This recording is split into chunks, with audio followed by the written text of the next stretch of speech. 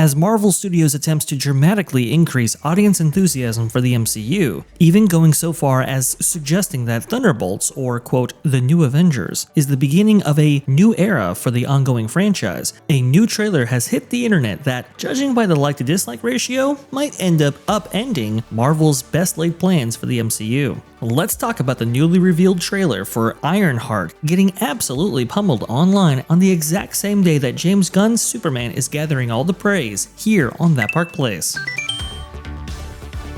But speaking of heroes and villains, we have to talk about a couple of trailers that actually went live yesterday. And I do mean this, folks. It really does blur the lines between heroes and villains, at least with one particular hero in particular, and that is Ironheart here at That Park Place.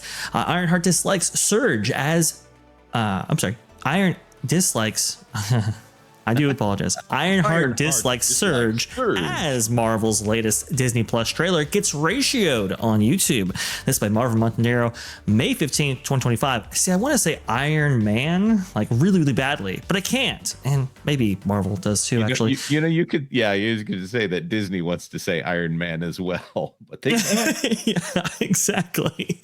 Marvel Studios is facing a wave of backlash as the Ironheart trailer continues to get pummeled with YouTube dislikes.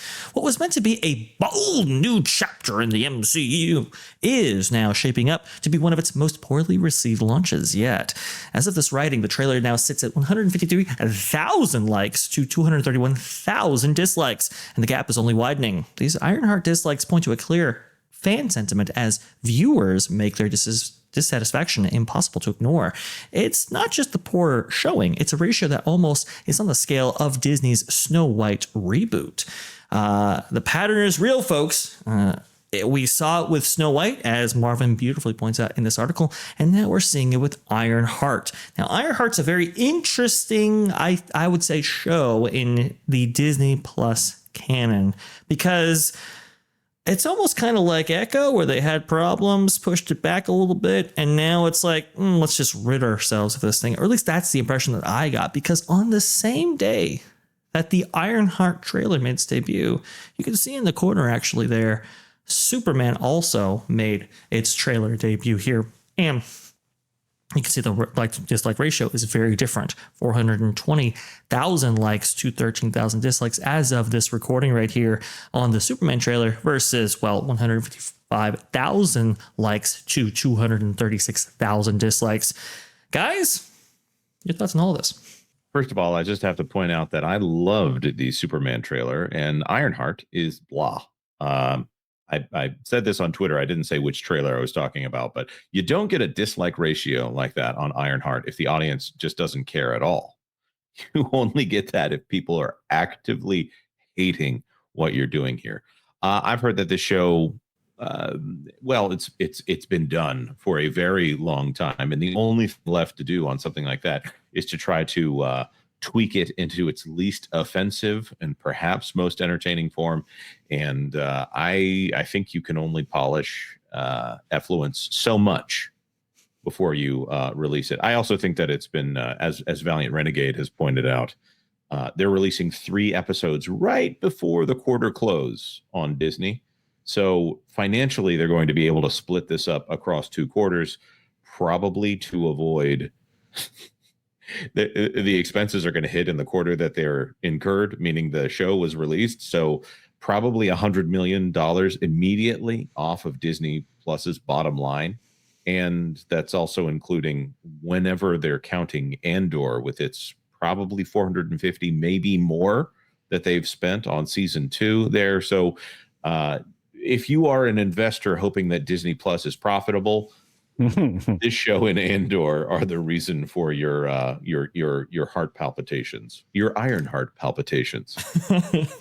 Yes, wow. Which is very actually very, very key to the Iron Man character with those heart problems. Culture, you're excited for Ironheart though, aren't you? I mean, this looks absolutely fantastic, right? Yeah, I mean, this is the athlete's foot of television coming out here soon. It will be annoying and itchy, and it just won't ever seem to go away. So this show will stick with you. like a part of your foot for a while until all of it flakes away. Seriously, this is going to be, I'm going to say something that's probably not said on the show. This thing will drift through Disney Plus like a fart in the wind. It just might stick around for a while at the same time. So An iron fart in the wind. and there you go. I'm really not looking forward to the show. I feel like if they could take the lowest common denominator of what has been Disney for the last 8 years and put it into one show in a condensed form, like orange juice, only more like cactus juice, then this is the show for you.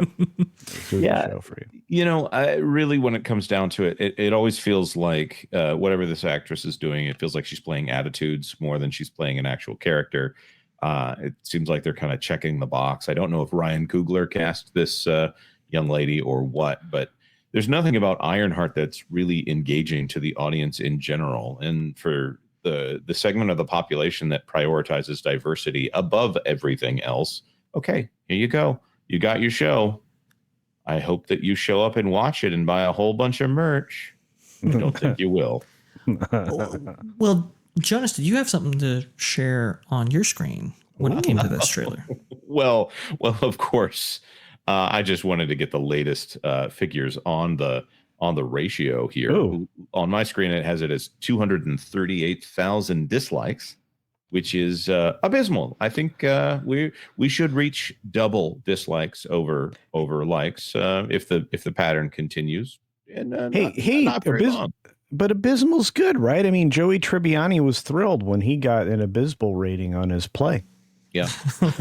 I'll also add here, again, a discussion I was having with Valiant. These massive dislikes, they do correlate to whether or not people show up to watch the show. And they don't, by the way. Oh, no. This is going to be a black mark on Ryan Coogler because he needs to remove his name from this. I think the worst thing that would happen here is if it affects Ryan Coogler, who for some reason when he works for Marvel immediately diminishes the quality of his work. I don't understand. He's a great director. I think he's really good, and he's somebody that needs to be called on frequently to make entertaining films, just not in the MCU, because what he's throwing in there for the MCU is immediately diminished. And by the way, I'm saying his name because he's the executive producer. He's not the showrunner on this thing.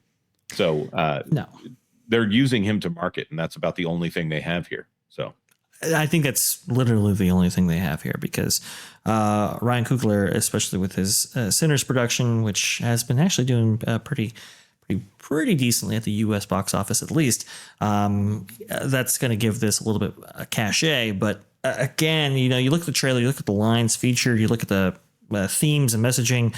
This was definitely meant for an audience more akin to 2021 than 2025. It's interesting. So I want to go ahead and bring this up right here. The remarkable remark backfires. Thorne also stirred reactions with a quote meant to highlight Riri's scrappy origins. She's dumpster diving, whereas Tony Stark was this bajillionaire when she's able to accomplish self-made, which is remarkable. Yeah, self-made, right? And not completely, but it basically, you took his dad's business and went global with it. Is what happened. But it's the same thing. It's just like, he was given it. Yeah. Yes. He was given it, and what she's accomplishing is so much more profound. And you see that in the trailer a little bit, where I think there's a line there. It says, anything iconic was done getting your hands dirty or something like that, in which he turns to crime there, which is very interesting. Go ahead, Culture.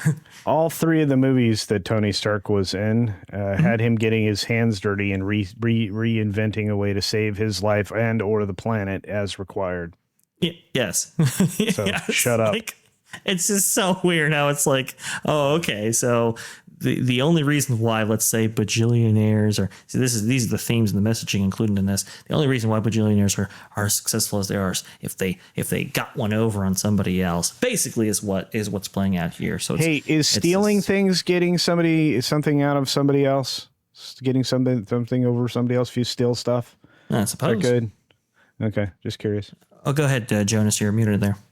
I'm going to point out that Peter Parker in Civil War the dumpster diver, and he creates his own stuff on his own. They kind of downplayed that part of him as they actually put him in movies, because then they just said, well, Tony Stark's going to hand you stuff.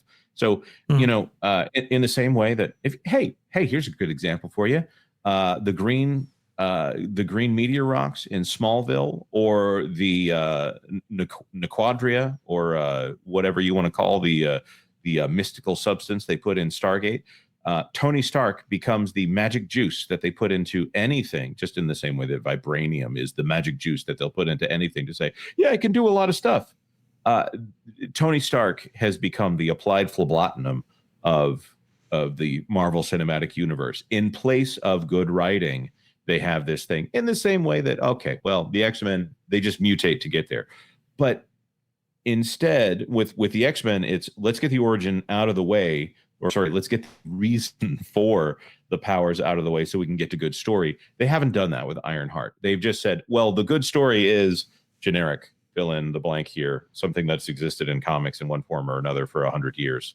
They have to do better than this, Senator. Yeah, it's a good line right there. I want to go ahead and bring this up as well. Kanan Barnes with $5.